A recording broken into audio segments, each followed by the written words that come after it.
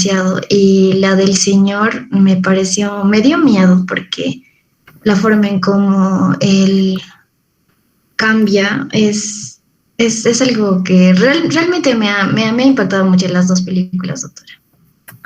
Qué bueno, es bueno que sintamos un impacto, que tengamos una emoción, es cierto, eso es bueno. Pero a mí me parece, aparte de lo interesante del argumento, ¿no? Y de las licencias artísticas que se toman, que son bastante educativas, ¿no? Aquí estaba revisando una parte que me gustaría que la vean. No sé si se está viendo mi pantalla bien.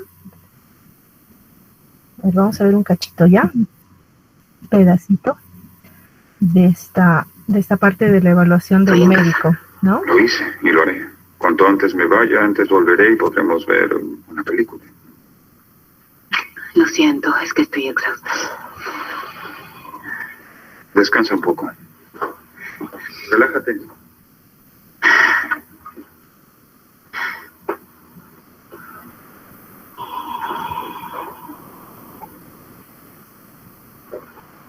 Comencé a olvidar cosas pequeñas como palabras o nombres, y me perdí por completo.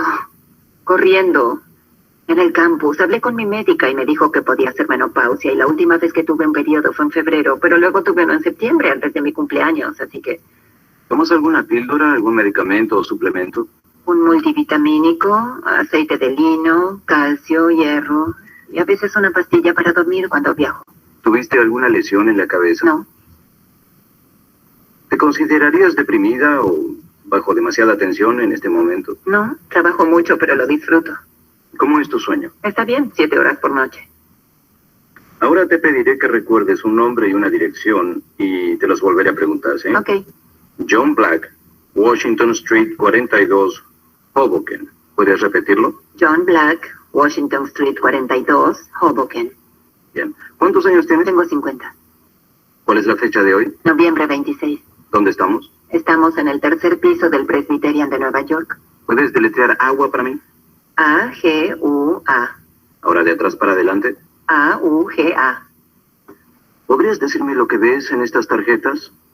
Pinzas, escalera, caballo de mar, destornillador, un elefante. Cuéntame de tus padres. Mi madre y mi hermana murieron en un accidente de tránsito cuando tenía 18 y mi padre murió en 1999 de insuficiencia renal. ¿Hepatitis? Cirrosis. Era alcohólico.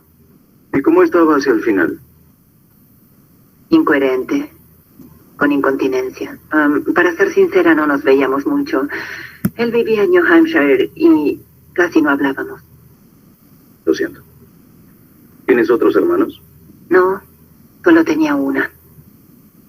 Ahora, ¿puedes decirme el nombre y la dirección que te pedí que recordaras? John Black. ¿Y la dirección? Diablos, lo olvidé. El 42 de Argyle Street, Coast Street, Washington Street o South Street. Me distraje hablando de mis padres. ¿Podemos ir de nuevo? No será necesario otra vez. Bueno. Haremos una resonancia magnética para descartar algunas cosas. ¿Cómo qué? Porque creo que tengo un tumor cerebral. Solo por precaución. Y para ver si hay alguna lesión o signos de accidente cerebrovascular. Para ver qué está ocurriendo allí dentro. Bien. ¿Y qué debo hacer mientras tanto? Puedes hacer mucho ejercicio. Siempre es bueno para la circulación. Y beber mucha agua. La hidratación es excelente para la memoria. Y para la próxima visita podrías venir con alguien que te conozca bien. Tu esposo o un familiar cercano.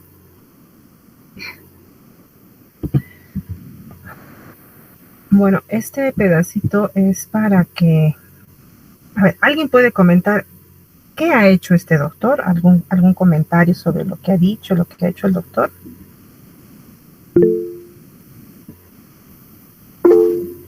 Anthony.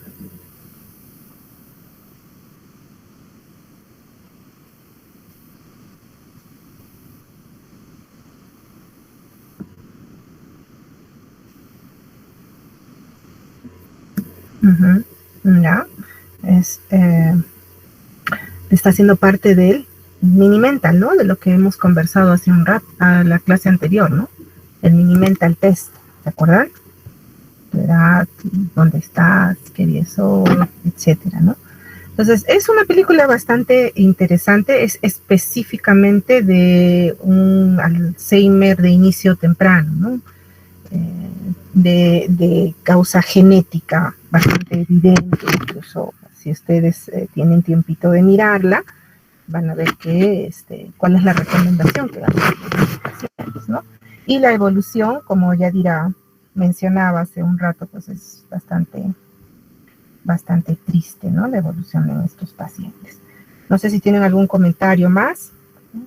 En cuanto a la otra película, The Father tiene un aspecto más alucinatorio, de desorientación, pero yo creo que Alice, esta película que hemos visto, este pedacito, tiene un componente bastante más interesante en cuanto a la presentación de una anomia típica, ¿no? Una dificultad en la nominación que tiene, incluso la evolución, la presentación ya en etapas más avanzadas es bastante característica, ¿no? Los pacientes con Alzheimer hablan incluso hasta etapas muy avanzadas, claro, con mucha dificultad, pero se comunican así, ¿no? ¿Ningún comentario más? ¿Nada que les llame la atención? Festejado bien seguramente las fiestas del Cusco. Bueno, ok, chicos, vamos a revisar un pedacito de esta enfermedad que es bastante interesante y la revisamos por su prevalencia, ¿sí? Bueno, este es el señor Alzheimer, alemán, que describió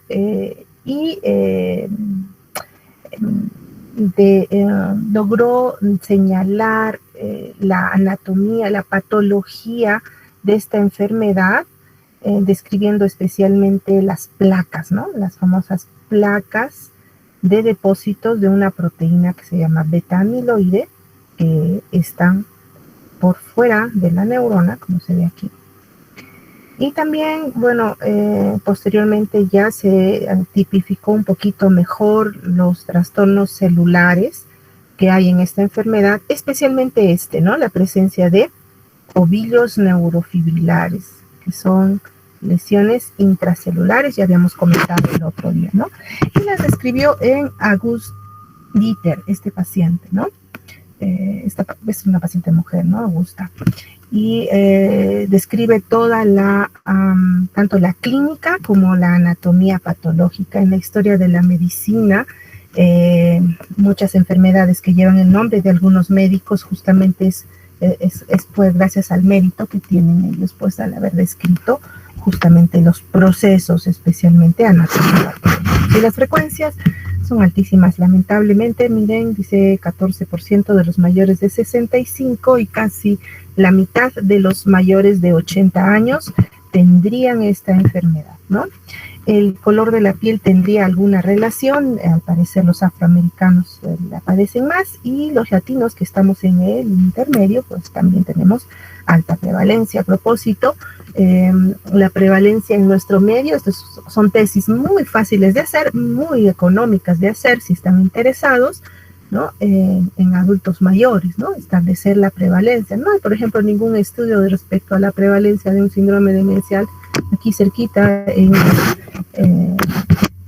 los centros geriátricos que tenemos en Cusco, ¿no? Las mujeres tenemos más riesgo y el riesgo está justamente en relación a que la esperanza de vida pues ha aumentado en estas décadas, ¿no? Tenemos mayor esperanza de vida,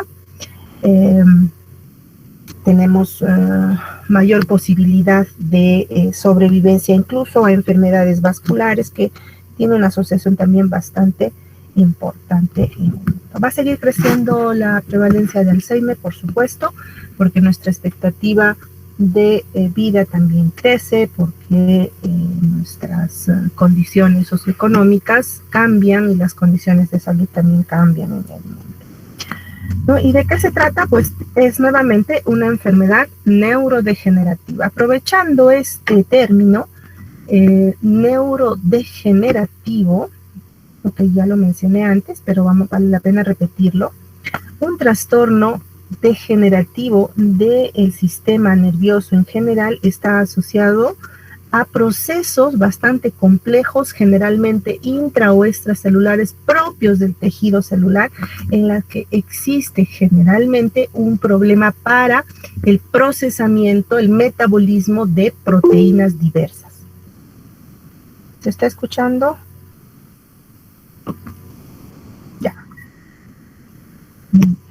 Ya, entonces, esos son los trastornos neurodegenerativos. Cuando hablemos de Parkinson o de otras enfermedades neurodegenerativas, recuerden eso, ¿no? Existen procesos celulares, sobre todo del metabolismo, de la degradación de proteínas que van a estar alterados y estos van a producir toxicidad en las neuronas especialmente, provocando finalmente la pérdida neuronal, la disfunción neuronal. Bueno, este es un trastorno neurodegenerativo más, y se caracteriza por afectar especialmente neuronas que van a tener que ver con la función cognitiva, con la función conductual. Para ser consideradas como tal, deben interferir nuevamente con las actividades de vida diaria. Ya lo habíamos hablado en el síndrome demencial, ¿no es cierto? El síndrome demencial, nosotros necesitamos que este deterioro cognitivo-conductual interfiera con las actividades de vida diaria. Ojo con este término, porque si hablamos de deterioro, por ejemplo, en un paciente con retardo mental, en un paciente con alguna enfermedad del neurodesarrollo, una parálisis cerebral, una alteración cerebral con la que haya nacido, pues no se aplica este término, ¿ya? Es cierto que, por ejemplo, en pacientes con Down, síndrome de Down, que ahora sobreviven mucho más tiempo, tenemos ancianos, adultos mayores con síndrome de Down, el Alzheimer, pues, o el cuadro demencial, se parece que es un Alzheimer, en realidad es mucho más agresivo, ¿no? Bueno, tiene un periodo preclínico prolongado y ahí está el estudio y el futuro de esta enfermedad, ¿no?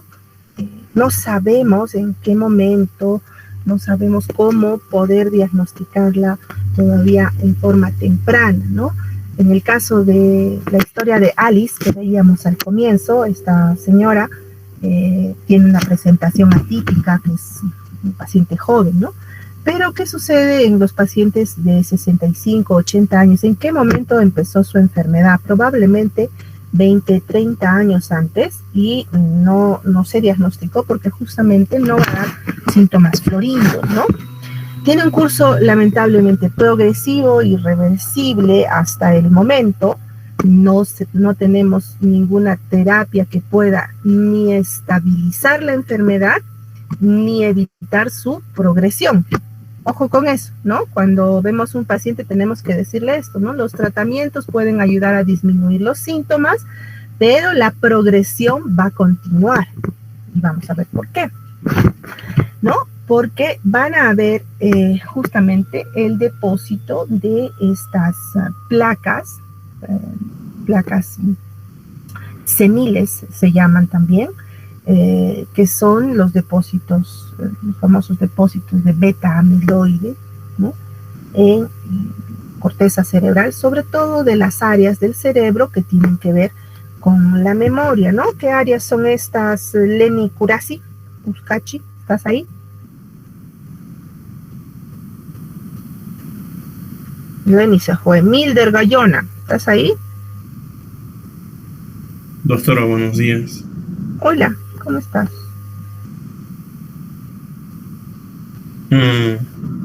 No veo su puntero, doctora. No, yo te estoy preguntando cuáles son las áreas, acá está mi puntero. ¿Cuáles son las áreas del cerebro que tienen que ver con la memoria, con el procesamiento de la memoria a corto y a largo plazo? ¿Te acuerdas? La memoria era esto, la corteza. No, doctora, no recuerdo. Ya, eso es importante que lo tengamos en cuenta, ¿no? La memoria será tan importante, sí, ¿no? Es importante la memoria. Entonces, miren, básicamente tenemos, o groseramente, ¿no? tenemos un área que es muy importante para la memoria a corto plazo, y estamos hablando aquí del hipocampo, ¿ya?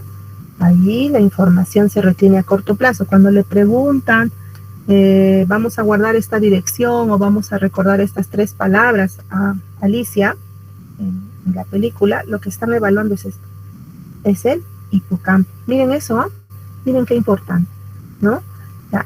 La memoria a corto plazo, la memoria de trabajo, está aquí está esa información. Cuando esa información y esto sí es teoría, se repite, regresa varias veces, generalmente va a ser almacenada esta información en áreas corticales más altas, sobre todo en el lóbulo frontal y el lóbulo temporal, pero en la convexidad, ¿no? A ver si recuerdan el circuito de Papez, P-A-P-E-Z, ¿no? El circuito de Papez. Repásenlo para que entendamos cómo se guarda la información, ¿no? Cómo se guarda, cómo recordamos las cosas, ¿no? Entonces, resulta que estas placas seniles, vamos a ver otra foto más adelante, creo, no, es más o menos esto. Estas placas seniles, estos depósitos de beta-amiloides se van a localizar inicialmente, al parecer, en estas áreas, ¿no? En esta zona, ¿no? Sobre todo aquí, en esta corteza medial del lóbulo temporal, ¿no? Ya hemos hablado varias veces de esta corteza. La corteza medial del lóbulo temporal, ¿no? Tiene que ver con la memoria, ¿no? Y aquí está, esta partecita se llama corteza entorrinal. Bueno, ahí también se producen otros procesos patológicos que se han asociado al Alzheimer, porque no existe un solo marcador anatomopatológico, resulta que hay varios, ¿no? También se van a empezar a depositar estas placas progresivamente en neuronas de la corteza cerebral, ¿no? En neuronas que tienen que ver con el procesamiento de información, con el pensamiento, con la toma de decisiones. Entonces, a ver, pensamiento y toma de decisiones. Yo decido viajar a Lima, yo decido estudiar medicina.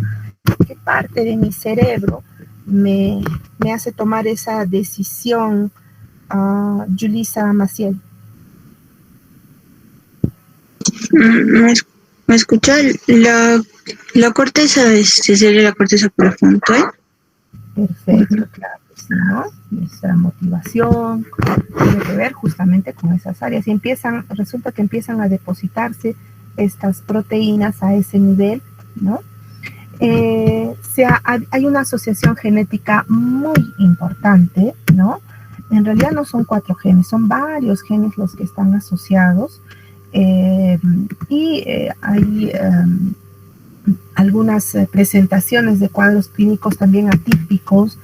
De nuevo, en Perú no tenemos una tipificación todavía adecuada de los pacientes con Alzheimer, ¿no? Pero cada vez que ha habido algún estudio genético, resulta que hemos encontrado también variantes genéticas, variantes clínicas que probablemente sean propias y no sabemos todavía cuáles son, ¿ya?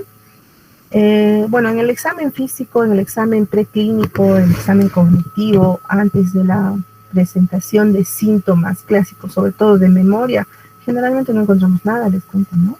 No sabemos todavía de ningún biomarcador, no sabemos de ningún otro examen que podamos realizar en los pacientes para determinar. Es cierto que a veces lo que llamamos deterioro cognitivo leve, ¿se acuerdan que hemos hablado en la clase anterior? El desorden neurocognitivo leve está asociado especialmente con problemas de memoria a corto plazo. Podría ser un indicativo, pero gran parte de estos pacientes terminan no siendo Alzheimer necesariamente, ¿no? Entonces el examen físico, el examen mental suele ser normal, ¿no? ¿Y qué pasa en estos pacientes cuando por algún otro motivo se obtienen muestras de la corteza cerebral, sobre todo en esta área, la corteza entorrinal, el hipocampo? Aquí está el hipocampo, ¿sí? El hipocampo, y también algunas áreas de la corteza, sobre todo la parte anterior, la región frontal y temporal. A veces se encuentran lesiones específicas en estos pacientes, ¿no? Lesiones que son sugerentes. Y esto ha sido, bueno, corroborado en estudios post-mortem, ¿no? Generalmente, muchos años después, pues, desarrollan la enfermedad, ¿no? Y miren en la imagen, estas son resonancias, el marcador que nosotros buscamos en realidad es bastante inespecífico. Como ustedes ven, la diferencia entre uno y otro paciente es, ¿qué cosa? El volumen, ¿no?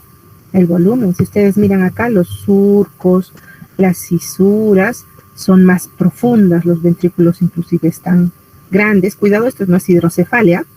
Cuidado, porque a veces dicen, tiene hidrocefalia. No, esto es ventriculomegalia. Los ventrículos se ven grandes. ¿A consecuencia de qué? De que el parénquima cerebral ha disminuido, ¿no? Ahora, yo estoy segura que si en casa o algún familiar te ha hecho alguna tomografía, ustedes tienen acceso a ver la tomografía, ¿no? Más aún si vienen al hospital.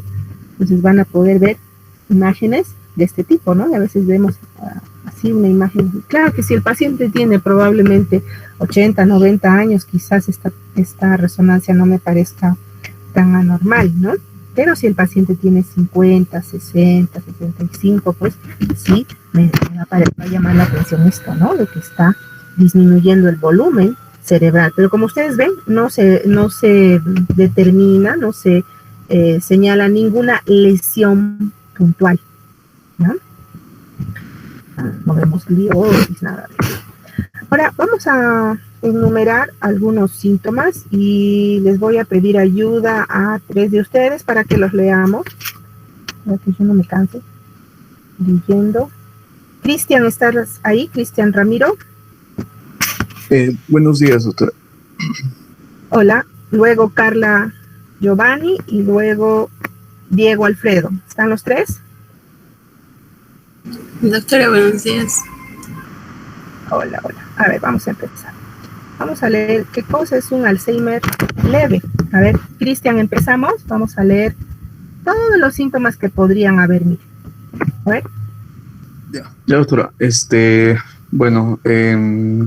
Pérdida de memoria, confusión de localización de lugares familiares, mayor tiempo para realizar actividades diarias normales, problemas para pagar deudas y manejar el dinero, juicio comprometido, generalmente conduce a malas decisiones, pérdida de espontaneidad y sentido de iniciativa, cambios en conducta y personalidad y ansiedad. Estos síntomas, Cristian, ¿qué opinas tú? ¿Que lo podrías encontrar en otras enfermedades? Bueno, no todos, pero quizás en algunos, sobre todo en síndromes demenciales, ¿no? Pero no todos, doctora. ¿Podrías encontrarlo en una depresión? Creo que sí, justamente por... ¿No? Sí, yo creo que sí. Sí, casi todos estos síntomas, entonces son bastante inespecíficos, ¿no? El juicio puede estar comprometido, claro, ¿no? Un enamorado, un alumno enamorado, ¿podría tener problemas de este tipo? Sí, ¿no? ¿Pierdes el juicio cuando estás enamorado, Cristian, o no? Creo que sí. Creo que sí, ¿eh? Queda perdido el juicio por alguna chica. Entonces, sí, miren, estos síntomas pueden aparecer en muchas otras patologías. ¿Cuál sería la clave? ¿Cómo diferenciaríamos estos síntomas de un deprimido, de un paciente con trastorno de conducta? ¿Cómo podría, un trastorno emocional de otro tipo? ¿Cómo podríamos diferenciarlo? ¿Cuáles serían las diferencias que señalarías tú? Disculpe, doctora, su pregunta, por favor, no la escuché muy bien. ¿No se escuchó? A ver, ¿me están escuchando? ¿Se ve la imagen? Sí se ve, pero sí se ve. O sea, ¿qué diferencia habría con un paciente deprimido? ¿Qué crees que podrías encontrar en un paciente deprimido que tenga estos síntomas de diferente con un paciente que tenga Alzheimer? ¿Cuál sería digamos, cuáles serían los puntos o la clínica que podría ser diferente?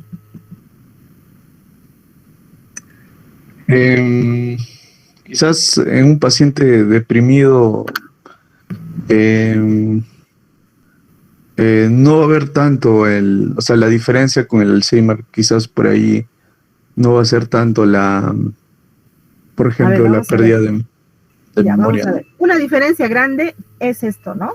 Es la edad, ¿no? La edad es importante. Otra diferencia importante es el tiempo de presentación de estos síntomas, ¿no? Y ojo que sí, aquí ya el paciente tiene afectación en sus actividades de vida diaria. Si ustedes vuelven a mirar la película, ¿no? Esta de Alice, van a ver que ya no puede trabajar, no puede realizar sus actividades porque se olvida cuestiones muy pequeñas, pero que son importantes para su trabajo. Entonces afecta sus actividades de vida diaria. A ver, Carlita, ayúdame con el Alzheimer moderado. Vamos a ver.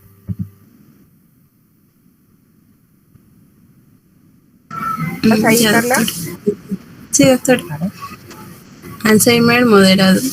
Confusión y pérdida de memoria moderada. Atención acortada. Problemas para reconocer amigos y familiares. Dificultad con lenguaje. Problemas para leer, escribir, trabajar con números. Dificultad en organizar sus pensamientos y razonamiento lógico. Inhabilidad para aprender cosas nuevas o afrontar situaciones inesperadas nuevas. Agitación, inquietud, ansiedad, llanto fácil, desorientación, especialmente en las tardes y noches. Movimientos o enunciados repetidos. Sacudidas mioclónicas ocasionales. Alucinaciones, delusiones, paranoia, irritabilidad. Pérdida del control de impulsos. Desnudarse, lenguaje vulgar. Problemas perceptuales motores. Problemas para levantarse de la silla o poner una mesa. Ya. ¿Qué opinas? ¿Qué dirías? En este caso, ¿sería muy difícil de diagnosticar?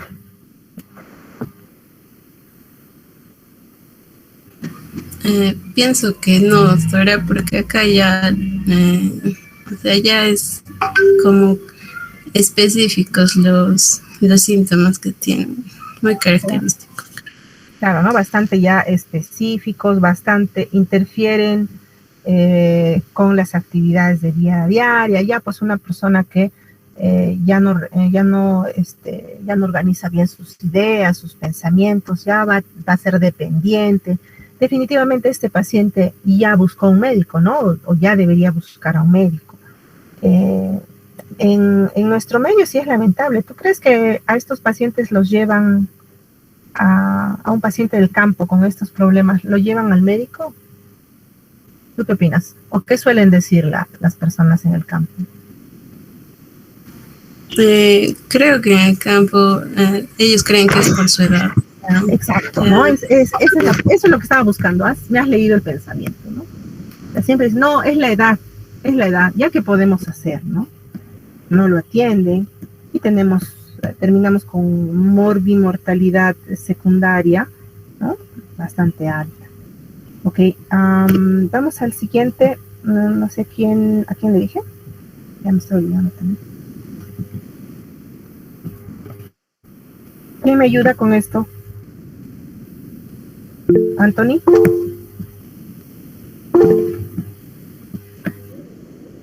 Diego, ¿estás ahí? Sí, doctora, buenos días. A ver, ayúdanos. Está bien. Enfermedad de Alzheimer severa. No pueden reconocer a familiares muy cercanos, no pueden comunicarse en forma efectiva. Son completamente dependientes para el cuidado y suele desaparecer el sentido de sí mismos. Otros, pérdida de peso, crisis epilépticas, infección de la piel, disfagia, gruñidos, somnolencia, pérdida de control de esfínteres. La muerte generalmente es por neumonía. Así es. Ok. Y estos pacientes, no sé si se han dado una vueltita en los últimos años, no sé, antes de repente de la pandemia o quizás por casualidad en estos meses. ¿Han visto pacientes así en el hospital regional o en algún otro lado? ¿Tú has visto, Diego, pacientes así? No, doctora. La verdad que no. Bueno, la verdad es que si nosotros nos damos una vueltita por la emergencia, vamos a encontrar pacientes con insuficiencia urinaria, neumonía, un montón de cuadros. Y si los examinamos, vamos a encontrar estos casos, ¿no? Entonces, el Alzheimer es muy frecuente, poco diagnosticado, subdiagnosticado, lamentablemente. Ya en estadios, pues, severos, generalmente es un paciente completamente dependiente, ¿no? Completamente necesitado de ayuda. Entonces, esos son los síntomas, la evolución de esta enfermedad. ¿Qué ocurre por esto, no? Una fisiopatología que todavía no está muy clara, pero, reitero, se debe a un proceso degenerativo, ¿no? En el que estarían afectados especialmente, no únicamente, ojo con esto, especialmente, no únicamente, estas dos proteínas, ¿no? Una es la proteína tau y otra es la proteína amiloide, específicamente la proteína beta amiloide. Y encontramos, además de eso, procesos inflamatorios. Resulta que la respuesta inflamatoria, especialmente de la microglia, al parecer se incrementa, existe aumento del estrés oxidativo celular y también se han reconocido cambios hormonales asociados, sobre todo relacionados con las hormonas tiroideas y también algunas deficiencias vitamínicas asociadas. Cuando se logra hacer muy rara vez en el paciente en vivo, sino post-mortem, se puede hacer la anatomía patológica. Los marcadores clásicos son estos dos, los ovillos neurofibrilares. ¿Qué son los ovillos neurofibrilares?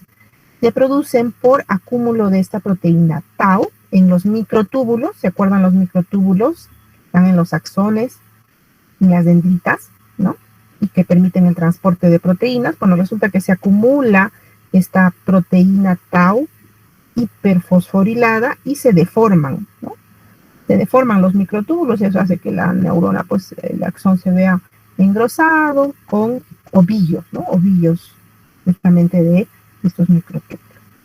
Y la formación de placas seniles en el extracelular, que son, reitero, las placas seniles corresponden al depósito de beta amiloide.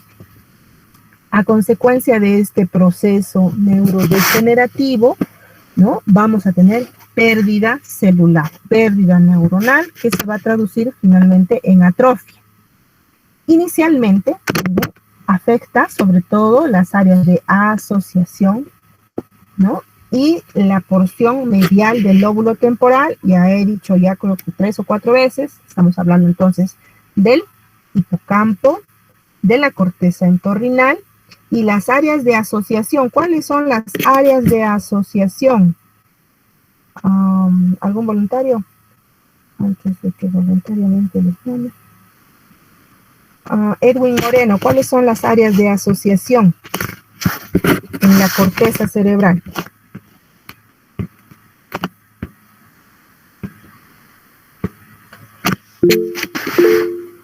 Anthony, cuéntame.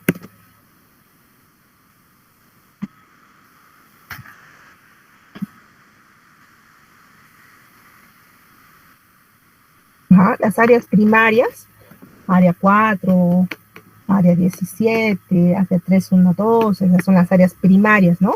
Las áreas de asociación van a también tener,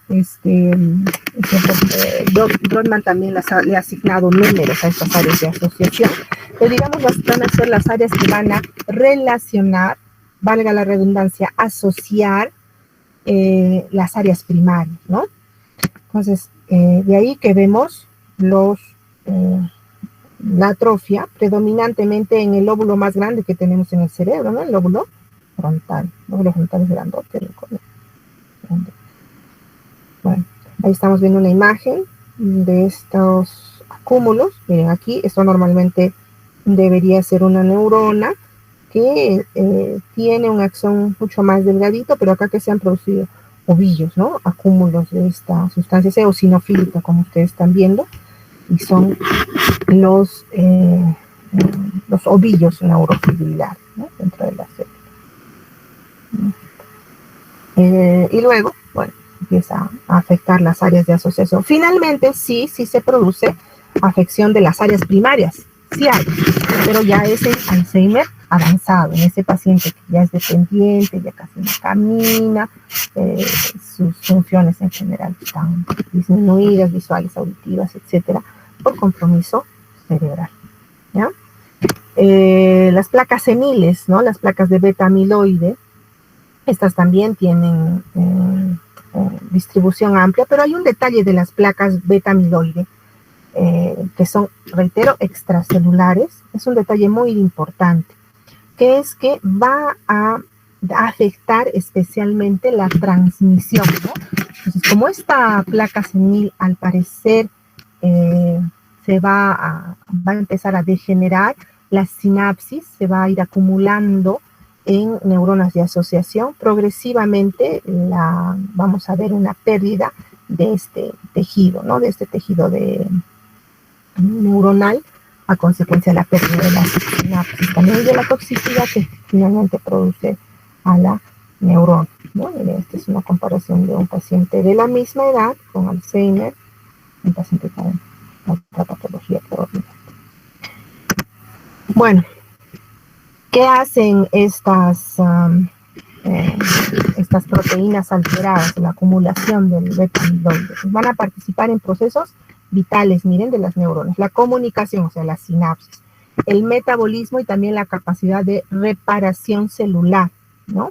Entonces, al afectarse estos procesos neuronales, van a dejar de funcionar esas neuronas, van a perder sus conexiones y finalmente, al parecer, inducen procesos relacionados con la apoptosis, con la muerte celular, ¿no? Se han reconocido mutaciones y sobre todo en relación al cromosoma 21. ¿A qué les trae recuerdo el cromosoma 21, Darileni? ¿A qué patología te hace recordar el cromosoma 21? Al síndrome de Down, doctora. Exacto, muy bien.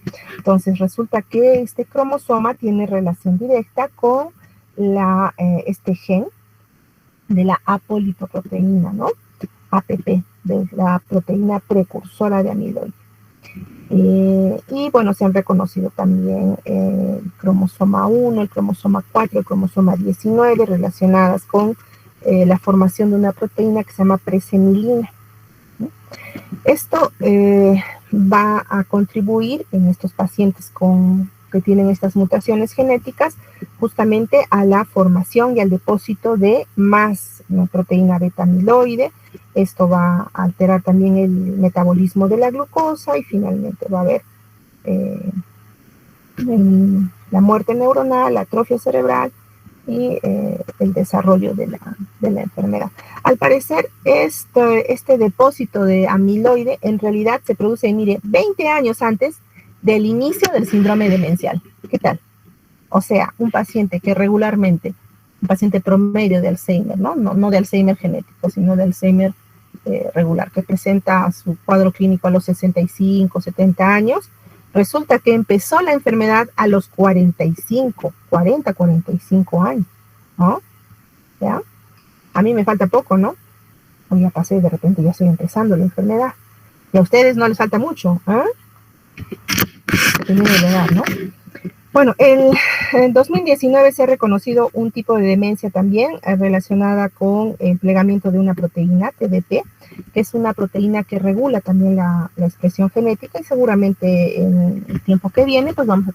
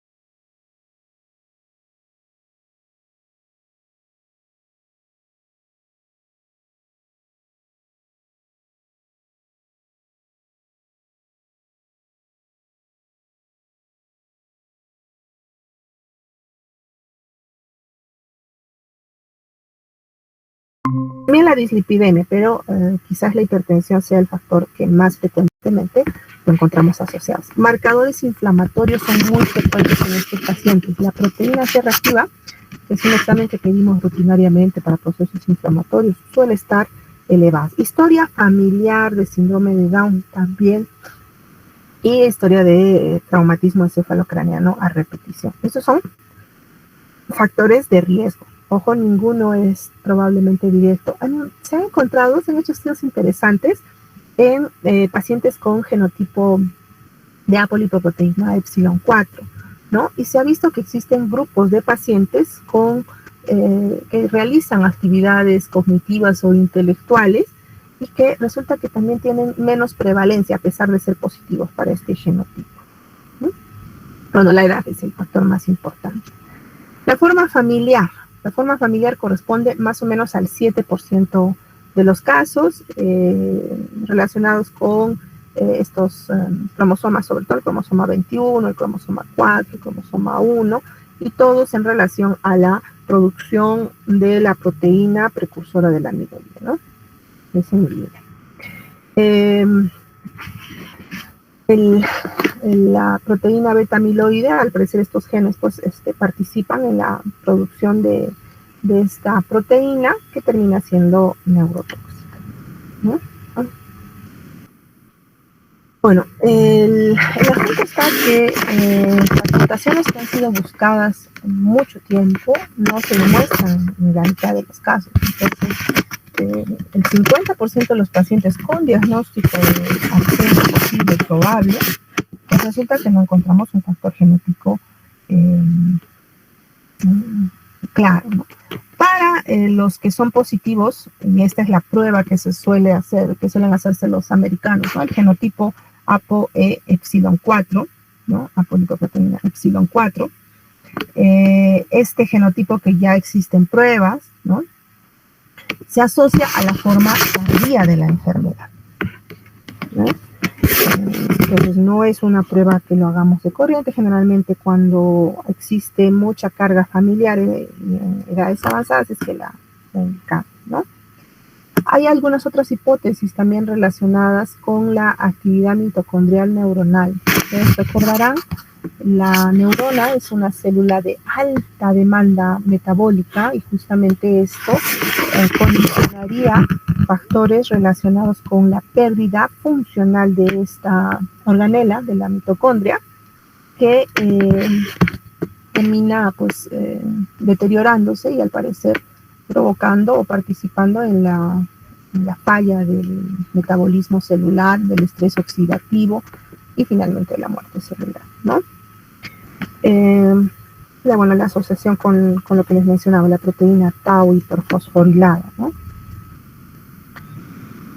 El diagnóstico es eminentemente clínico. Ciertamente el diagnóstico anatomopatológico suele ser el factor más importante de confirmación, ¿no? Porque no tenemos ningún biomarcador, es decir, no tenemos un examen de sangre, un examen de líquido. Se hacen estudios, ahorita voy a mencionarlos algunos, se hacen estudios también de encefalorraquídeo, pero ojo, el diagnóstico definitivo es patológico, ¿ya?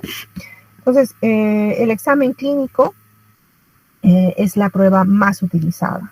En estadios leves, nuestro examen va a ser básicamente de lo que hemos visto en el video al inicio de la clase. Es decir, buscar síntomas de trastornos de memoria a corto plazo, ¿no? Y si a esto se asocia, bueno, algún otro síntoma como trastorno cognitivo, conductual, de cualquier persona más.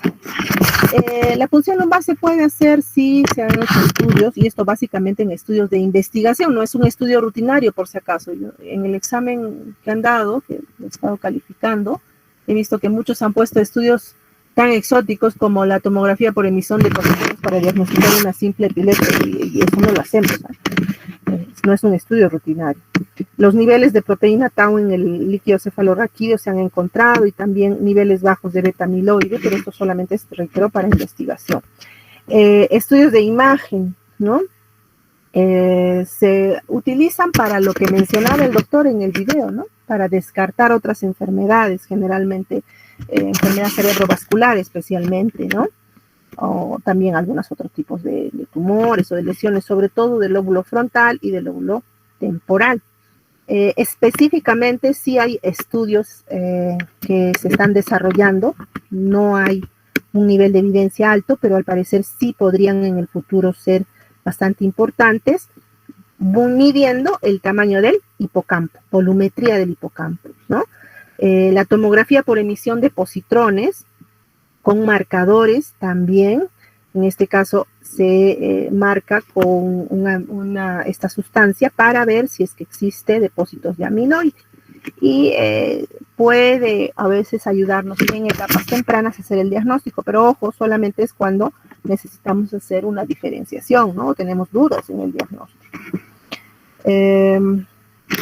Entonces, lo que más vamos a utilizar en realidad es esto, ¿no? Los criterios diagnósticos, nuestras pruebas diagnósticas, que ya existen pruebas específicas, ¿no? Una de estas, de las más específicas, es esta, NIMS-ADRA, solamente para que la recuerden.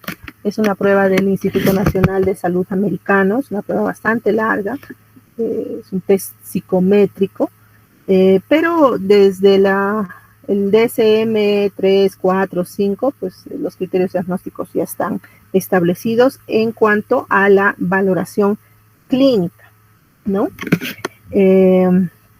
Es importante, obviamente, entender que esta es una enfermedad de exclusión diagnóstica, ¿no? Tenemos que excluir otras enfermedades, demencia vascular, demencia de cuerpos de Lewy, demencia frontotemporal, y la imagen es de gran apoyo. La imagen es diagnóstica.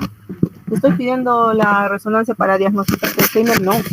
Básicamente es para descartar otra enfermedad, excluir otras patologías, ¿no? Y lo que estamos diciéndole con la imagen, como en este caso nuestro paciente, es que no encuentro infarto, no encuentro un tumor o otro tipo de lesión, ¿no? Y lo que vamos a encontrar generalmente es esto, ¿no? Lo que están viendo ahí ustedes, atrofia. Miren aquí esta imagen que es bueno que la miremos, ¿no? Los ventrículos están grandotes, ¿no? Grandotes. Muchos de estos pacientes vienen al consultorio diciendo, tengo hidrocefalia. No es hidrocefalia, ¿ya? Si fuera hidrocefalia, ¿qué pasaría con los surcos, las cisuras? Estarían aplanados, ¿no es cierto? ¿Sí? Entonces, lo que es una ventrículomegalia. ¿Y por qué están los ventrículos grandes? Por atrofia cerebral. Aquí hay atrofia evidente, marcada. Y miren ustedes la diferencia, ¿no? Miren acá, trazamos una línea a la mitad. Y si ustedes comparan la mitad anterior con la mitad posterior, van a ver que la atrofia es predominantemente anterior, ¿no? Predominantemente en los lóbulos frontal y temporal, ¿ya? Entonces, ¿usamos la tomografía? Sí, usamos la resonancia, muy frecuentemente quizás lo que más usemos sea la resonancia. En algunos casos la tomografía por emisión de positrones, siempre buscando este marcador para el beta-amiloide, ¿no? Y en un futuro probablemente la volumetría de esto, ¿no? Del hipocampo.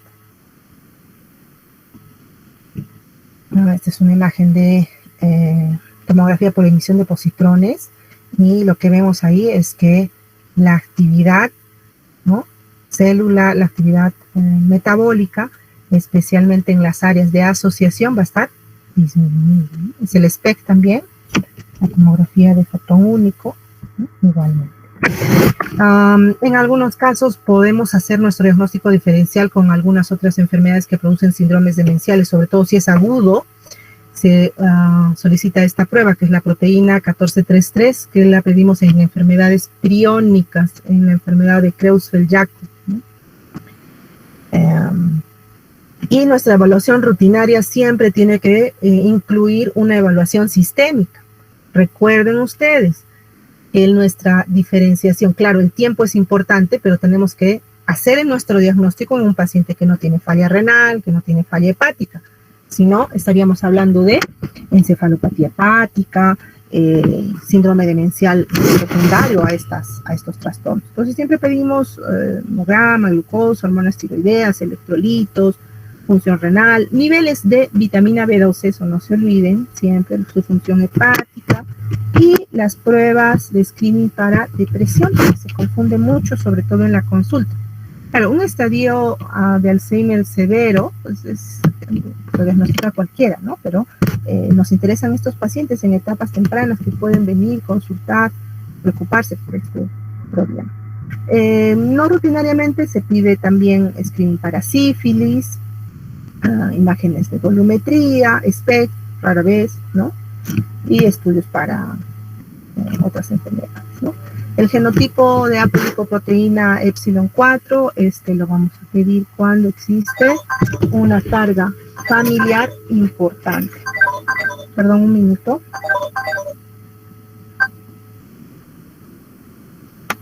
Hola, hola, ¿me escuchan? Hola. Sí, doctora, sí me escucha. Sí, ¿ve la imagen? Ok. La punción lumbar podemos hacerla en un paciente con Alzheimer cuando sospechamos otras patologías, ¿no? O sea, cáncer, metástasis, infecciones. La tuberculosis en nuestro medio algunas veces nos ha dado grandes sorpresas porque tenemos un cuadro clínico de presentación bastante típica en un paciente con algún factor de riesgo y por ahí a alguien se le ocurrió hacerle la punción lumbar y encontramos TB, así que no es raro. Nosotros sí hacemos punción lumbar, tenemos que descartar otras enfermedades, procesos inflamatorios, vasculitis, ¿no? El manejo, como no tenemos todavía una etiología precisa, pues nuestro manejo principalmente es sintomático. A ver, para que se entienda esto, Leslie Clarisa, ¿estás ahí? Leslie. Sí, doctora, buenos días, ¿me escuchan? ¿Cómo estás? Leslie, ¿cuál sería el tratamiento etiológico del Alzheimer? ¿Qué podríamos hacer, ya teniendo en cuenta la fisiopatología? ¿Qué podríamos hacer para decir, estoy tratando la enfermedad y no estoy tratando los síntomas? O sea, doctora, ¿se refiere a que descartemos las posibles causas secundarias? No, a ver, ¿qué tratamiento crees tú? Ojo que lo que te estoy preguntando, en este momento de nuestra historia no tiene tratamiento, no sé si en el futuro lo tendrá. ¿Cuál sería el tratamiento de la enfermedad de Alzheimer? Sería más que todo dirigido a lo que presenta el paciente. A ver, ya, miren, eso es muy importante que lo entiendan, ¿ya? ¿Qué cosa es tratamiento sintomático y qué cosa es tratamiento etiológico? El tratamiento sintomático es, si tiene un síntoma, yo le doy medicación para, la psicosis, la ansiedad, etcétera, etcétera, ¿no? El problema de memoria. Es un tratamiento del síntoma, pero el tratamiento de la enfermedad, para eso yo necesito saber qué cosa, la patología, la fisiopatología. Si estamos hablando de ovillos neurofibrilares, si estamos hablando de proteína tau alterada, ¿cuál sería mi tratamiento? Sería que no se formen esos ovillos neurofibrilares, que no se produzca y no se deposite este beta amiloide, ¿no? Y eso se está intentando, pero todavía no hay ninguna luz todavía al respecto. Entonces, tenemos un manejo que está indicado básicamente para los síntomas, ¿no? Y los tratamientos sintomáticos van a estar orientados a la modulación de dos neurotransmisores importantes relacionados especialmente con la memoria y con la actividad celular en general. El glutamato y la acetilcolina. ¿Se acuerdan del glutamato? Hemos hablado desde hace mucho tiempo. En las primeras clases, este es un neurotransmisor excitatorio y participa en los procesos de transmisión de la información, en la despolarización neuronal en general. Y la acetilcolina, que también participa en lo mismo, pero además participa en los procesos de memoria a corto y a largo plazo, especialmente a corto plazo. Entonces, los tratamientos que se han desarrollado y que están aprobados por la FDA solamente, al parecer, mejorarían parcialmente algunos de estos síntomas. Dentro de estos, el que más nos interesaba eran los trastornos de memoria. Para esto, utilizamos, sobre todo para la acetilcolina, los inhibidores de la acetilcolinesterasa. Tengan en cuenta esto. ¿Qué va a hacer este inhibidor de la acetilcolinesterasa? Va a permitir que la acetilcolina esté más tiempo, ¿no? tenga mayor acción en el intercelular y esto mejoraría los procesos de memoria, ¿no? Y en segundo lugar, vamos a utilizar antagonistas de los receptores NMDA. El receptor NMDA es un tipo de receptor del glutamato, ¿no? Y estos antagonistas, pues, al parecer participarían disminuyendo el proceso degenerativo celular, ¿no? Entonces, si hay síntomas cognitivos, generalmente en Alzheimer leve, en Alzheimer moderado, utilizamos inhibidores de la colinesterasa. Esto podría parcialmente disminuir un poco los síntomas, al menos por un tiempo, ¿no? La vitamina E también se ha visto que actúa tendría alguna acción neuroprotectora, disminuyendo la degeneración celular y el estrés oxidativo. En estas etapas podría ser importante. Ojo, nivel de evidencia no es muy alto. Si buscamos metaanálisis con niveles de evidencia 1 o 2, no los vamos a encontrar porque no hay todavía estudios significativos al respecto. Para los inhibidores de la colinesterasa, la evidencia cada vez es mayor, pero igualmente nos faltan estudios a largo plazo. Evitar los estrógenos, la terapia de reemplazo hormonal en mujeres posmenopáusicas especialmente, y dependiendo de los síntomas del paciente, el uso de psicotrópicos, antidepresivos, ansiolíticos, antiparkinsonianos.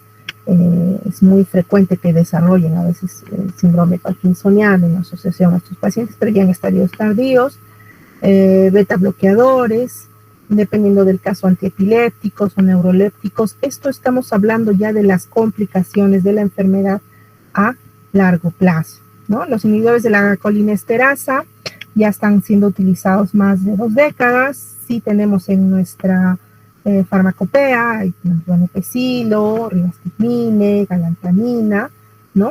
Y ojo con esto, no detienen el deterioro, lo que hacen es lentifican, ¿no? Lo hacen más lento la progresión funcional del paciente, ¿no?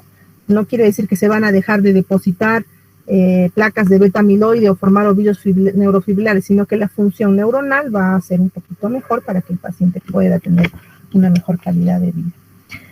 Los antagonistas NMDA, sobre todo la memantina, ya cada vez probablemente pronto salga de la farmacopea porque su uso cada vez es menor, se ha visto que no hay gran efectividad a largo plazo, ¿no?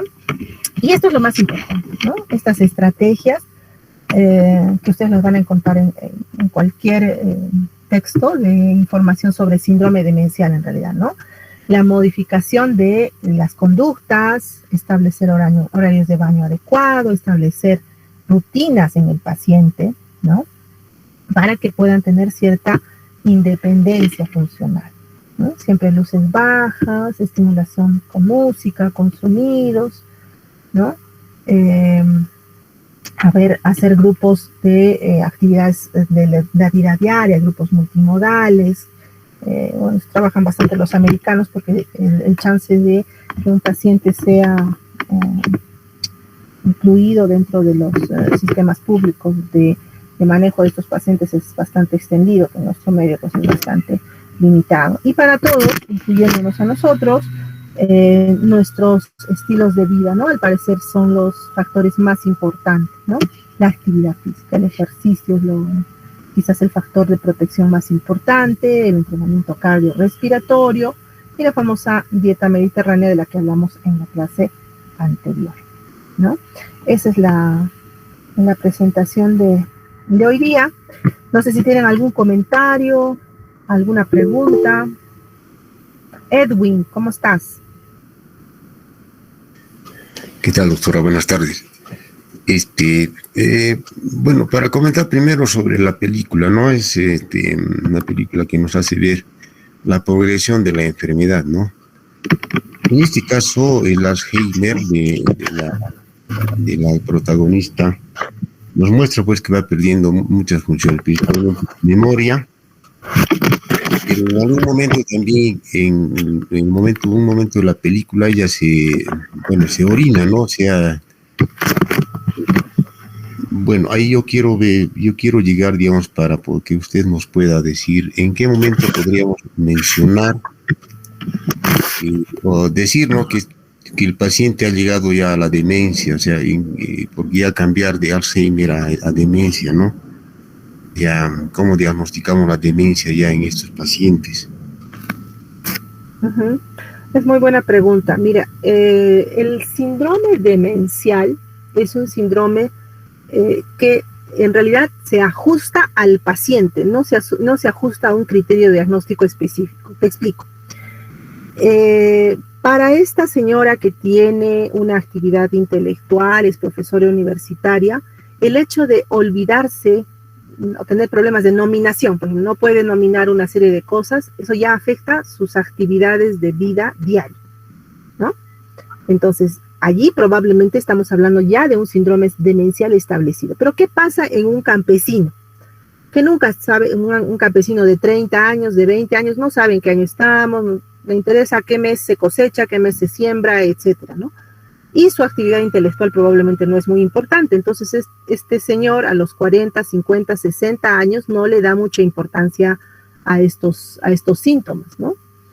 Y su vocabulario también es bastante limitado. Entonces, no va a tener problemas probablemente de nominación importante. No va a afectar sus actividades de vida diaria. Por eso hay que entender, ¿no? Hay que entender que probablemente si hacemos una anatomía patológica en estos pacientes, pues quizás tengan ovillos neurofibrilares, placas seniles, pero si no ha afectado sus actividades de vida diaria clínicamente, no entraría dentro del diagnóstico, ¿no? Entonces, ojo, las actividades cognitivas, conductuales, alteradas, disminuidas, deterioradas, ¿no?, que afectan las actividades de vida diaria, allí estamos hablando del síndrome demencial. ¿Vamos a hacer pruebas específicas? Sí, haremos pues pruebas neuropsicológicas específicas, test NINS-ADRA, o simplemente lo que ustedes, lo que le ha hecho ese doctor, ¿no? El doctor le ha hecho una cosa muy sencilla, que es el Mini-Mental, ¿no? El Mini-Mental test del que hemos hablado en la clase anterior.